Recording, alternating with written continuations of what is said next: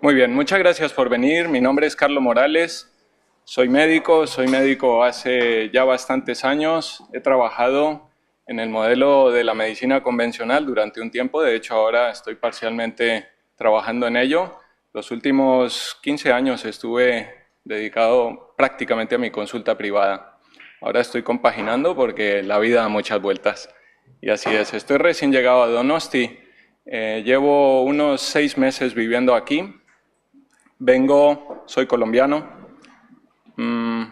estuve trabajando en Canarias, en Lanzarote, durante muchos años, viviendo allí, sigo yendo allí, y después estuve viviendo en Extremadura. El periplo es un poco más largo, no los quiero aburrir, pero sí quiero contarles un poquito una anécdota de cómo llego yo a la medicina integrativa. Va a ser muy rápido porque es una exposición larga, estamos cansados, ya es la última de la mañana.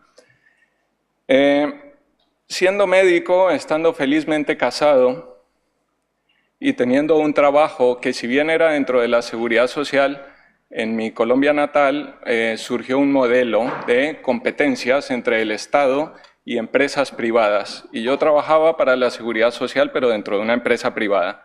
Era muy cómodo, atendía no 40 como Juan al día, sino 20, 22 pacientes en una jornada de 8 horas.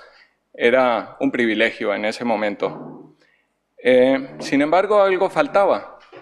Pasaron los años y algo faltaba, algo fallaba. Me quedaba con la sensación de que todo lo que había yo aprendido en la universidad no era suficiente para lograr resolver el problema de muchas de las personas. Así que lo dejé todo y me dediqué a ser carpintero. Dije, esto no es lo mío, me voy para España, voy a buscar trabajo de carpintero o de carpintero o de orfebre, porque tengo formación en estas dos cosas. Así que un poco antes del año 2000 me vine a probar suerte y estuve en Barcelona. Trabajé de carpintero un tiempo, fue interesante,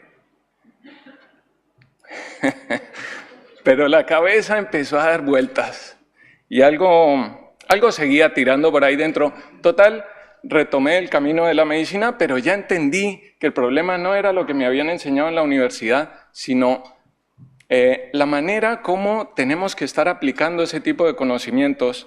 Y me faltaba la parte humanista, la parte nutricional, y empecé a estudiar en la Universidad de Zaragoza, fue lo primero que hice aquí en España. Luego la vida me llevó a Argentina, estudié homeopatía unicista, estuve allí viviendo un par de años. Y luego el camino se ha diversificado, he estudiado un montón de cosas. Estoy compartiendo escenario ahora con Felipe, que fue profesor mío hará 10 años igual, y hago parte del equipo de INCA y bueno, bien, muy contento. Esa es la historia y esa es la razón de cómo he ido yo incluyendo diferentes disciplinas para poder estar hoy ejerciendo con algo que es realmente integrativo, ¿no? El conocimiento de la genética, que me llama mucho la atención y me estoy preocupando mucho por aprender de ello, pero el conocimiento del ser humano, de la emocionalidad y de los 5 pilares. La doctora Kuzmini hablaba de 4, Felipe y Juan han hablado de los 3 principales y al final os contaré acerca de los 5 pilares desde mi punto de vista. Bien, la charla de hoy tiene que ver en forma de pregunta si realmente el medio ambiente puede influir directamente sobre nuestros genes.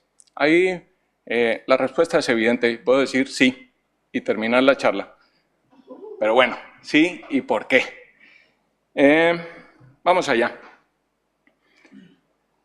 Voy a empezar la charla con 3 frases.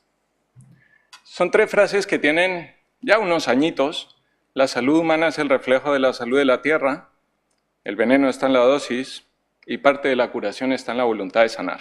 Con estas 3 frases que tienen uno que otro año, quiero empezar a explicar que es muy interesante que tomemos conciencia del mundo en el que estamos, quiénes somos, cuáles son las decisiones que yo tengo que tomar a nivel individual y qué puedo hacer yo para mantenerme por el camino de la salud.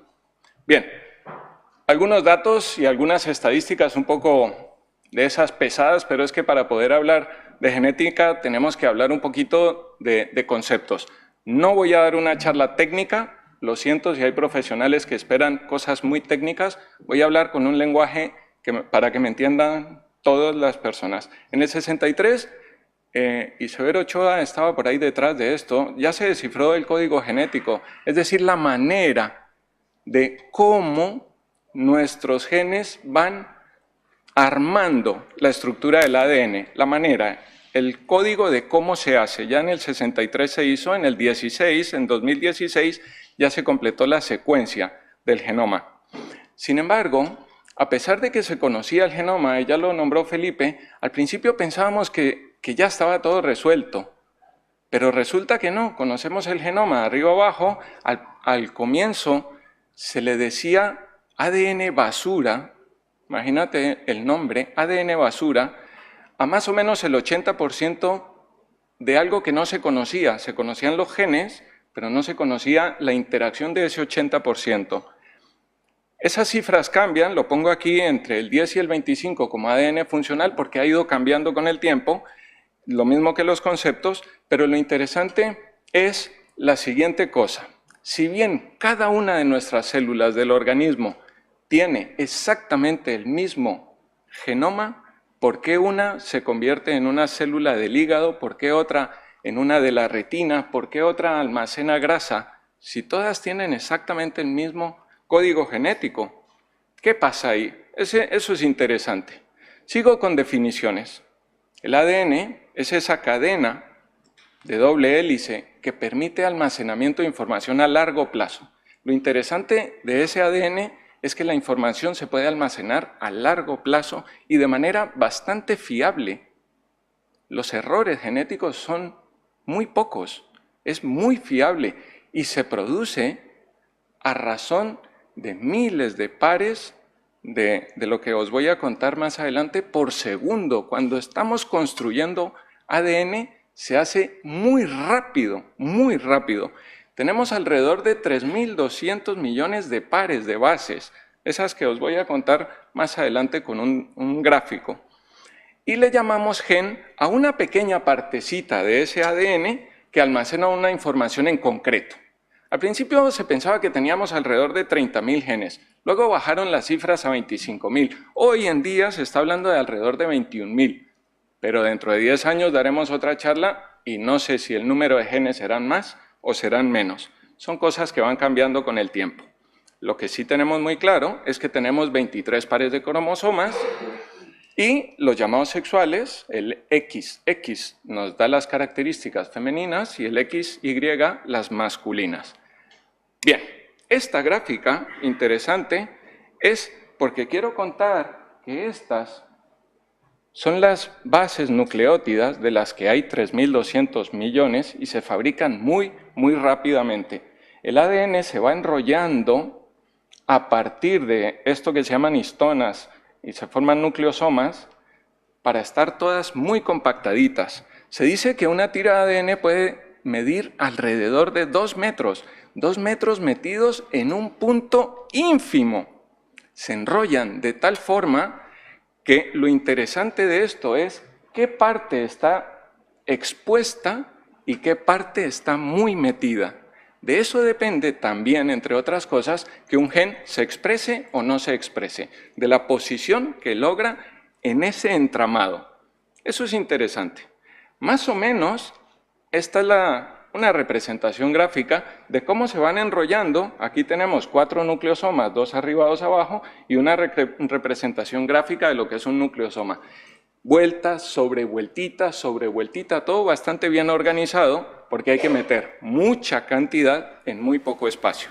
Y sin embargo, es bastante estable en el tiempo. Muy interesante esto. Bien, le llamamos genética al estudio de los genes y genómica al estudio de todo el material genético, no solo el de los genes. Bien, pero la palabra epigenética, que va cambiando con el tiempo, los conceptos desde los 70 o 60 que se empezó a hablar de esto hasta hoy día, va cambiando. Ahora decimos epigenética a todas esas interacciones que hay para que un gen se exprese o permanezca inhibido.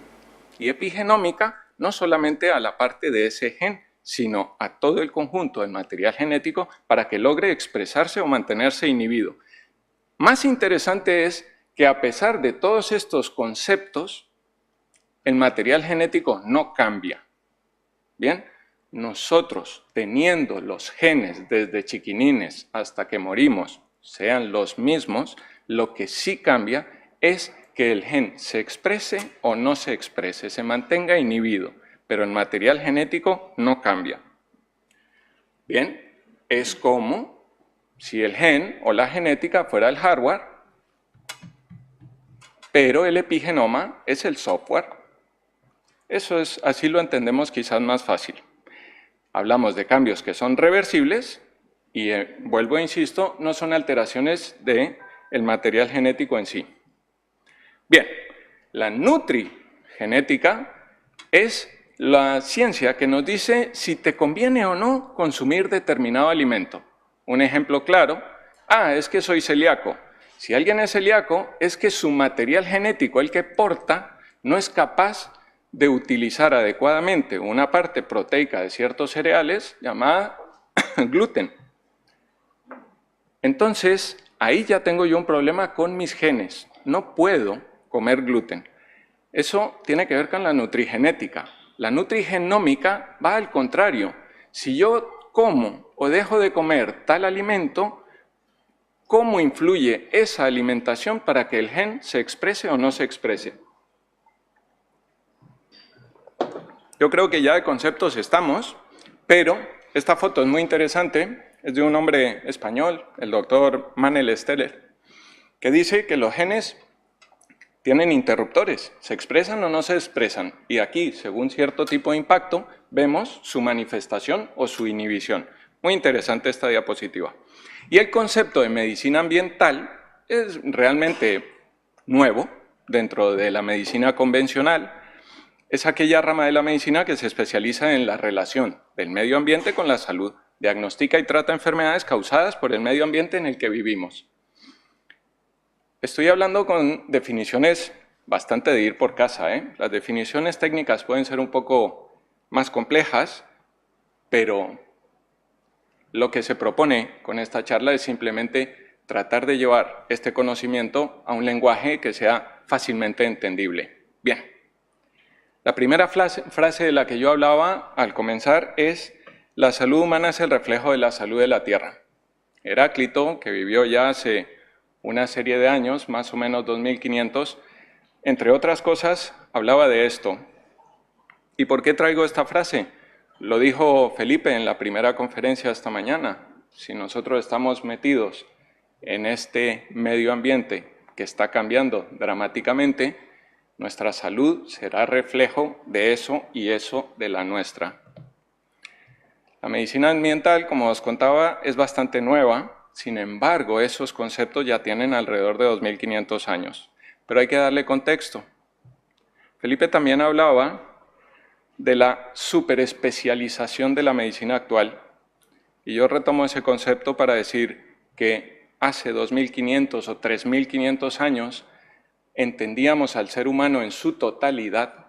La medicina ayurvédica o la medicina china, que son bastante antiguas, tienen unas bases muy sólidas, entendían al ser humano en su totalidad. Cuando hablo aquí de un concepto generalizado, no es masivo, sino de en general al organismo. Y esto pasó a ser bastante especializado, subespecializado, pero ha perdido la noción de a quién pertenece el lóbulo izquierdo del hígado. Tenemos que saber a quién pertenece. Entonces, el modelo científico actual tendrá que girar un poquito para incluir esos matices personales y poder seguir avanzando. No es lo mismo un paciente con hepatitis que un paciente con hepatitis. No es igual. Bien, ¿a qué le llamo medio ambiente en este caso? Tenemos el medio ambiente de aquí para afuera, lo que me rodea a mí como organismo. Bien, entonces lo respiro, lo veo, lo huelo, lo siento. La polución ambiental, la polución electromagnética, la polución en el hogar. El hogar puede ser un sitio altamente polucionado. Y el medio ambiente interno Pues es a la realidad bioquímica que está rodeando a mi célula. La célula está inmersa dentro de un concepto a su alrededor y esta célula lo vive porque es su realidad y de ahí podemos modificar muchas cosas. La segunda frase tiene que ver con Paracelso, que vivió en el año 1500 aproximadamente, y decía que nada es veneno, todo es veneno, la diferencia radica en la dosis. Y también ya Felipe hizo mención a esto. La Unión Europea ha autorizado una cantidad increíble de químicos legalmente. Están ahí, son legales, están autorizados. Pero ¿cómo y de qué manera están siendo estudiados? ¿Cómo se aprobaron? ¿Cómo sabemos que realmente son inocuos para la salud? No tenemos estudios que hablen de cómo interacciona el colorante químico de un alimento con esos productos retardantes de llama que se utilizan en la fabricación de prendas de vestir o en el sofá. No tenemos ni idea, no hay nada que nos diga cómo están interactuando, pero os voy a mostrar una serie de evidencias científicas que dicen que sí, están ahí, están molestando, interactuando. Entonces hay infinitas sustancias químicas, poco o nada estudiadas y mucho menos en sus interacciones entre ellas, conservantes, colorantes alimentarios, retardantes de llama, pintura, aislantes, antiadherentes, utensilios de cocina, las prendas de vestir que no se mojan, todas estas cosas. La cosmética. Bien, voy a mostraros ahora una serie de publicaciones. Digamos que tenemos dentro de la medicina convencional hay una serie de bases de datos muy interesantes y una a la que accedemos bastante para saber que un estudio ha pasado por una cantidad de filtros que tiene credibilidad, se llama PubMed, y en PubMed se publican una cantidad de cosas bastante interesantes. Retomo el concepto de lo que es un disruptor endocrino, que lo nombró Felipe esta mañana, pero utilizo una diapositiva del Colegio de Farmacéuticos de Valencia, que es muy interesante, porque sí que vemos cómo una hormona natural encaja perfectamente sobre un receptor. Digamos que esta línea es la pared de la célula, aquí está la célula dentro y esta es la realidad por fuera de la célula, este ambiente interno del cuerpo humano, pero externo a la célula. La hormona encajaría perfectamente y un disruptor endocrino empata y entonces ocupa los lugares que deberían ocupar las hormonas nuestras y no permite que haya la acción. Bien, pero esta diapo tiene también otro truco. Cuando yo hablo de disruptores endocrinos, los resultados aquí ya me llevan a casi 15.000 estudios. 15.000 estudios hablando de disrupción endocrina. La Universidad de Granada, pionera con todo esto, ha hecho unos estudios bastante interesantes donde habla de los efectos estrogénicos, los disruptores endocrinos y la potenciación entre los diferentes tóxicos medioambientales.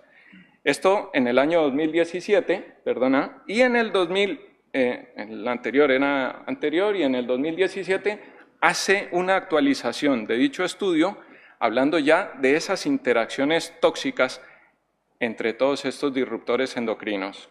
Las siguientes diapositivas todas tienen que ver con estudios en PubMed o en revistas de bastante prestigio como esta, que es la revista de la prevención del cáncer, en donde habla de las sustancias químicas que alteran al sistema endocrino. Hay una revisión de los medicamentos toxicológicos mediante el análisis de las vías moleculares.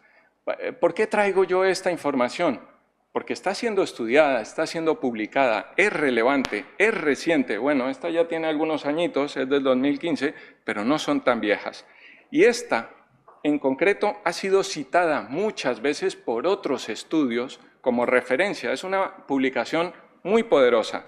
Y habla, no os asustéis de todo esto que vais a ver, porque no voy a explicarlo, de la interacción del ser humano con todo lo que hemos venido hablando esta mañana. ¿Vale? Desde la industria, los factores industriales, la agricultura, cómo los vegetales o las plantas están aquí metidas e interactuando con el ser humano y adicionalmente, ¿cuáles son esas vías de exposición?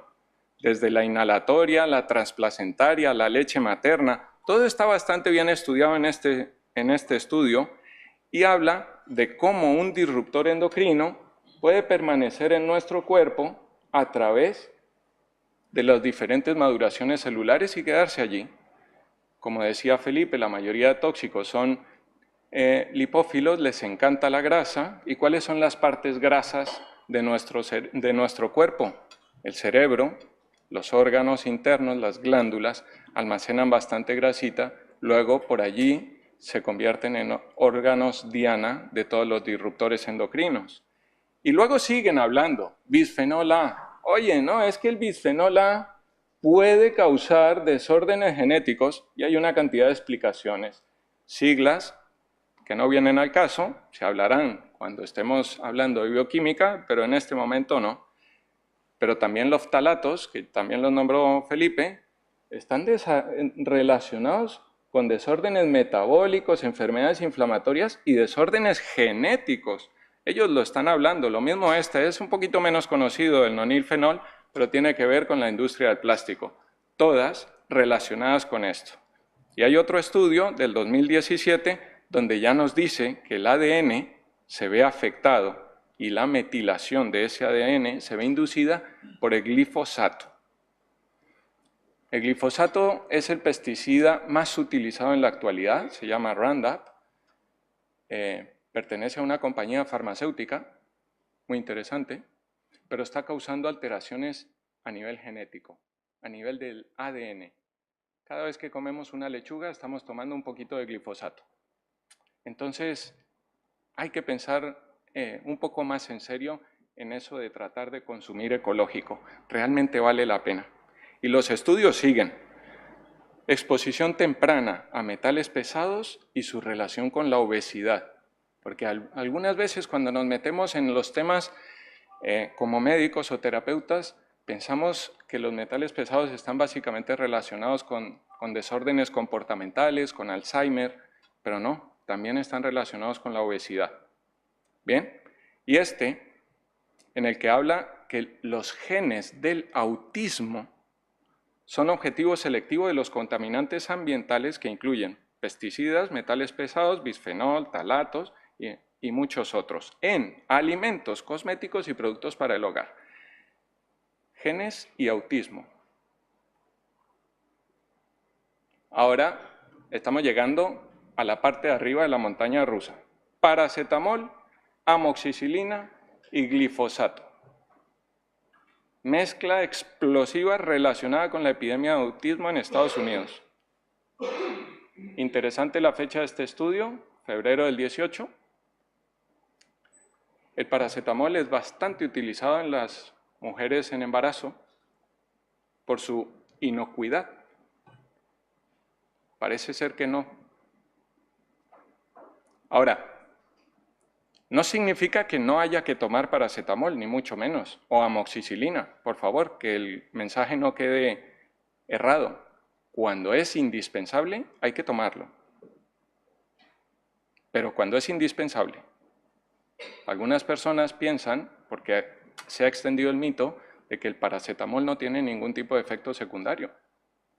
O que podemos tomar antibióticos cada vez que me duele la garganta. Hay que tener cuidado, ¿vale? No es que no haya que usarlos, pero hay que tener cuidado. Siempre bajo prescripción, por favor. Muy bien. Lo interesante hasta ahora es que os estaba contando de contaminantes químicos, pero hay otra serie de estudios, este es del 2016, en el que habla de cómo los campos electromagnéticos también están afectando nuestra salud.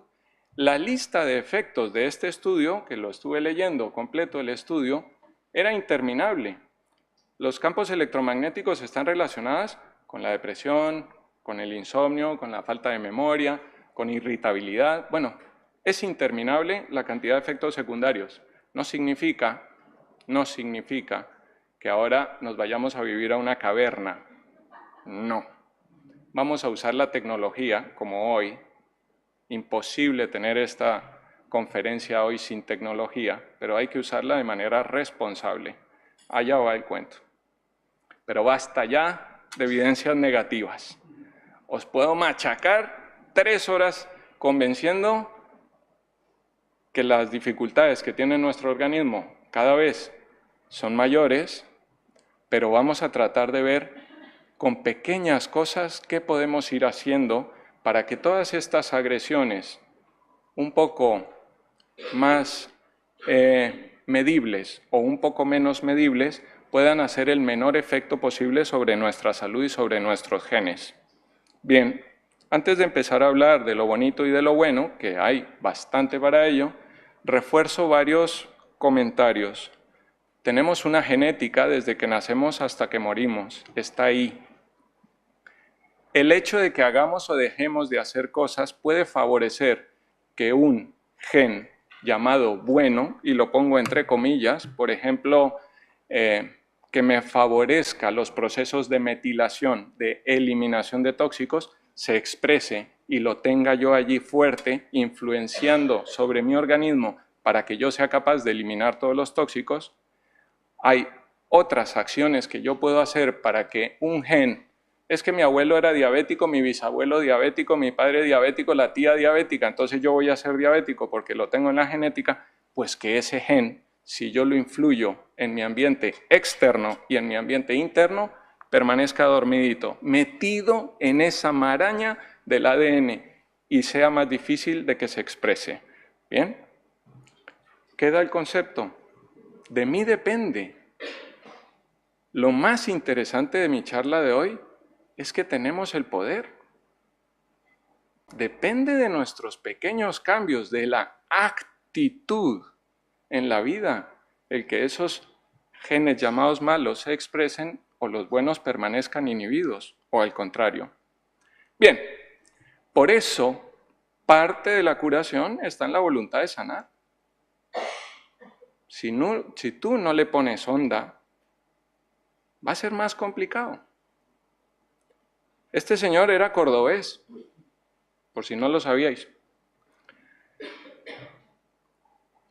Cuando yo me voy a buscar en esta misma PubMed, nuestra base de datos, la referencia de la base de datos en la medicina convencional, y pongo psiconeuroinmunología, lo más interesante de esta gráfica es esto, que no se verá desde lejos.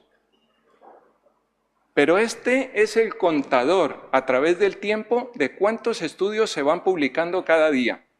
Y si lo veis, esto os paráis, tenéis la referencia ahí, entráis a PubMed y os dice, en el año 2000 tantos estudios. Va increciendo, pero de una manera increíble. Ya tenemos 5.000 estudios hablando de cómo nuestra psicología, nuestro sistema nervioso y nuestro sistema endocrino van de la mano.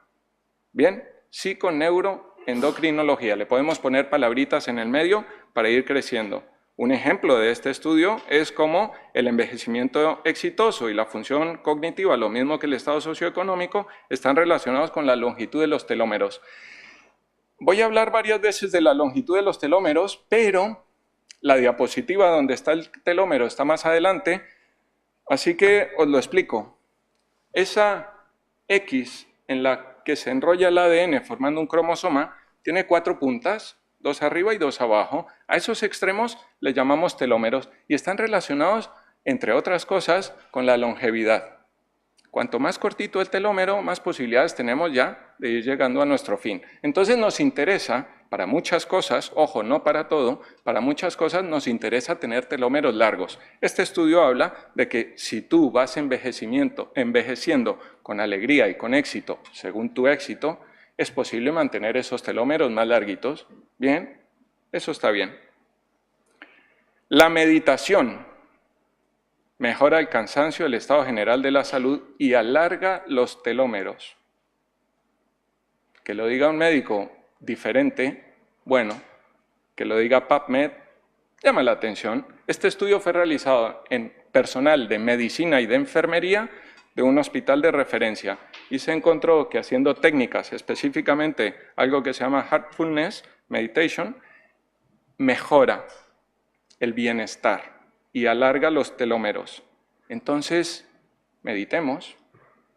Interesante, meditemos. Yoga y meditación disminuyen el daño por estrés oxidativo en el esperma de los padres, lo que podría llevar a menor incidencia de cáncer infantil. ¡Buah! Título grandísimo. ¿Qué quiere decir? Oye, tómate la vida con calma, deja de abusar de ciertas sustancias que te oxidan, dedícate un poquito al yoga y a la meditación, mira para adentro y seguramente le darás mejor vida a tus descendientes. Súper interesante este estudio, publicado en el 2016. Otro, cómo cuando yo necesito recibir quimioterapia, por la razón que sea, si la acompaño de ciertos compuestos fitoquímicos y de nutrición personalizada, mis esperanzas, mi expectativa de retomar la salud mejora sustancialmente. Entonces, ¿hay que usar la quimio? Cuando haya que usarla, pero eso no quita que uses algunos derivados de plantas que te van a ayudar, primero, para que esa quimio haga su mejor efecto, evitando los efectos indeseables. Muy interesante. Bien, este otro es de marzo del 2019. ¿Cómo? ¿De hace una semana? Ah, pues sí. Eres lo que comes. El análisis de secuencia revela cómo el microARN de las plantas puede regular el genoma humano. Súper interesante. Os invito a que nos replanteemos eso de comamos por ahí, vayamos hoy al chino, vayamos a la pollería. Replanteémonoslo, vale la pena. Bien, los ácidos grasos y la dieta y el síndrome metabólico. Este estudio es del 2019, también de reciente aparición, y nos habla de el síndrome metabólico es algo cada vez más frecuente en el que encontramos pacientes con sobrepeso u obesidad, hipertensión, diabetes y un conglomerado de pequeños fallos que se juntan todos en uno. Cada vez es más frecuente encontrar personas sufriendo diferentes afectaciones a la vez. Bien, pues cómo los ácidos grasos en la dieta pueden mejorar esto. Bien, este estudio en Finlandia, yo creo que ya estoy terminando de los estudios, habla acerca de cómo podemos llegar a mejorar nuestro estado cognitivo a partir de cambiar nuestro estilo de vida. Si yo cambio mi estilo de vida, si miro para adentro, insisto, si miro para adentro, si dejo de compararme, si siento que estoy llegando a lo que yo quiero llegar, puedo realmente mejorar mis niveles cognitivos. Telómeros, nutrición y longevidad. ¿Podemos nosotros realmente afectar sobre el envejecimiento? Más o menos es la traducción de este título. Este es de diciembre del 2017, es decir, que es un estudio también reciente. Todos son estudios que dicen, oye, cambia, vale la pena, modifica tus hábitos, realmente tiene precio, sí, a largo plazo es muy interesante. Y esta es una de las últimas diapositivas, esta es de Oxford, y la traigo tal cual, citada con la fuente, por aquello de los derechos de autor, pero es que Oxford, el envejecimiento tiene varias teorías, pero alguna de ellas dice que nos envejecemos porque la mitocondria, que son esas pequeñas centrales nucleares que hay en cada célula, eso es una mitocondria. Si empieza a funcionar mal, empezamos a envejecer. Pero por otro lado está la teoría de los telómeros. Si se me van acortando los telómeros, sigo envejeciendo. Lo interesante de esta diapo, que es muy interesante, es que el sedentarismo, la obesidad, fumar, alcohol, los alimentos procesados y los desórdenes psicológicos van a entorpecer mis mecanismos de prevención, van a acelerar mi envejecimiento, pero a la vez Oxford dice, oye, relájate, haz ejercicio y toma antioxidantes. No vaya a ser que se te mejoren los telómeros y la función de la mitocondria y tengas mayor y mejor calidad de vida. Súper interesante este estudio de Oxford, ¿vale? Todos estos estudios que os traigo no tienen más de 2 años, ¿eh? Y aquí es donde están dibujados los telómeros. Traje esta diapositiva la trae el propio estudio, ¿no? Publicados todos van con su fuente en PubMed, y estos son los llamados telómeros. Los acortamos pues con sedentarismo, con comida de cualquier manera, y los podemos mejorar con una dieta adecuada, haciendo ejercicio y algunas otras cosas más. La actividad física y la nutrición, 2 estrategias prometedoras para el mantenimiento de los telómeros. Bien, la conclusión es que parece que sí. En resumen, parte de la solución está en nuestras manos. es evidente. Tenemos una cantidad de cosas estresantes, negativas, los avances químicos, los avances en ciencia y tecnología, la llegada del 5G. Estas son cosas complejas. Pero si tenemos conocimiento, yo lo he querido compartir hoy con un lenguaje muy de andar por casa, si tenemos conocimiento y si cambio mi actitud, sencillos cambios, metas alcanzables, constancia, acompañados de un diagnóstico preciso, con el acompañamiento adecuado por tu médico, tu terapeuta, pues vas a tener posiblemente mayores posibilidades de éxito. Traía diapositivas, esta tiene que ver con estudios nutrigenómicos. Cuando Felipe hablaba que podemos hacer estudios nutrigenómicos, con una muestra de saliva, un estudio de estos te puede contar cuál es tu tendencia, por ejemplo, entre otras cosas, a metabolizar el alcohol, la intolerancia a la fructosa, la intolerancia a la histamina, de la que se ha hablado hoy, a la lactosa. Es un ejemplo real, ¿eh? O si tienes tendencia, ¿cuál es tu respuesta al ejercicio físico? Hay personas que se machacan haciendo ejercicio físico y resulta que sus genes responden mucho mejor a pequeños cambios nutricionales. O viceversa. Hacen y hacen y hacen dietas y sus genes dicen, tú mejor ponte a hacer ejercicio porque la dieta no te funciona tan bien como el ejercicio. Esto te lo cuenta ese estudio, la tendencia a tener artritis, el tipo de colesterol, las posibilidades de sufrir diabetes, o cómo están tus niveles de omega, los PUFAs, esto es los ácidos grasos poliinsaturados, ¿vale? ¿Cuánto pueden llegar a influir sobre tu metabolismo? Lo mismo que la asimilación de carbohidratos, la asimilación de las grasas. Y ya explicaron lo que es un mineralograma de cabello.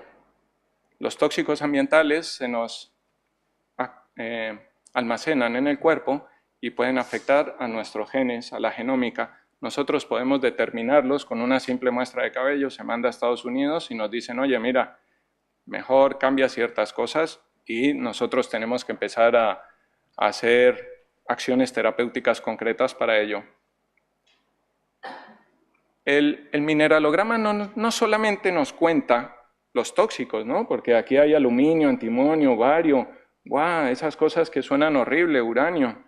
Bien, pero también nos cuenta, oye, es que los elementos esenciales, iguales que te falta, por ejemplo el selenio, que es súper frecuente que nos falte selenio. El selenio es importantísimo para que el hígado pueda seguir haciendo todo el trabajo que tiene que hacer y si te falta selenio, pues mejor empieza a suplementarte con cositas. Bien, esta es una muestra del estudio de ácidos grasos en eritrocitos, del que ya se habló. Los glóbulos rojos nuestros tienen una cantidad de ácidos grasos, ¿no? Los omega 3, 6, 9, los 7, de los 6 cuáles son, de los 3 cuáles son, etcétera. Y lo podemos saber con altísima precisión para tomar medidas mucho más personalizadas. Bien, lo mismo que los estudios de los metabolitos en orina, no me voy a detener en esto, o el modelo fúngico en este caso, por ejemplo, este es el caso de una paciente que tengo ahora, en la que tenemos problemas importantes de colonización por hongos en su intestino. Bien, estoy por terminar. El medio ambiente, ya sea interno o externo, puede influir directamente sobre nuestros genes. Medio ambiente interno, dale actitud a tu organismo. Dale órdenes a tu cerebro para que esté feliz, para que busque el lado positivo de las cosas. Pequeños cambios en tu actitud, en tu dieta, en tus rutinas diarias pueden hacer que este gen diga, aquí estoy para ayudarte, y que el malo diga, mejor me quedo calladito que estoy más bonito.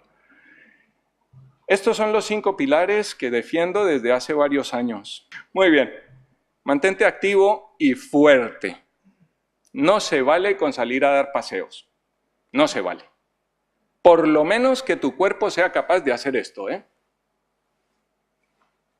Si no somos capaces de soportar nuestro propio peso, algo no está bien en nuestra condición física, salvo contadas excepciones. ¿Vale? Hay tablas, hay tábatas, hay cosas que con 7 minutos tienes a tu cuerpo haciendo así rápidamente. Búscalo. Gestiona adecuadamente tus emociones, porque las emociones influyen terriblemente sobre nuestro estado global de salud. Pero no te aísles, ten un hobby, búscalo, practícalo, porque el hobby va a cambiar tu realidad interna. Aumentas todas las hormonas y las sustancias químicas de la felicidad, la paz, y disminuye las que nos alejan de ello. Y por último, intenta dormir en condiciones. Bien, intenta dormir en condiciones. Cada uno de estos 5 pilares merece por lo menos 1 hora de explicación. Pero por lo menos tenerlos ahí en cuenta, ¿vale? Tenerlos en cuenta. Y ya está.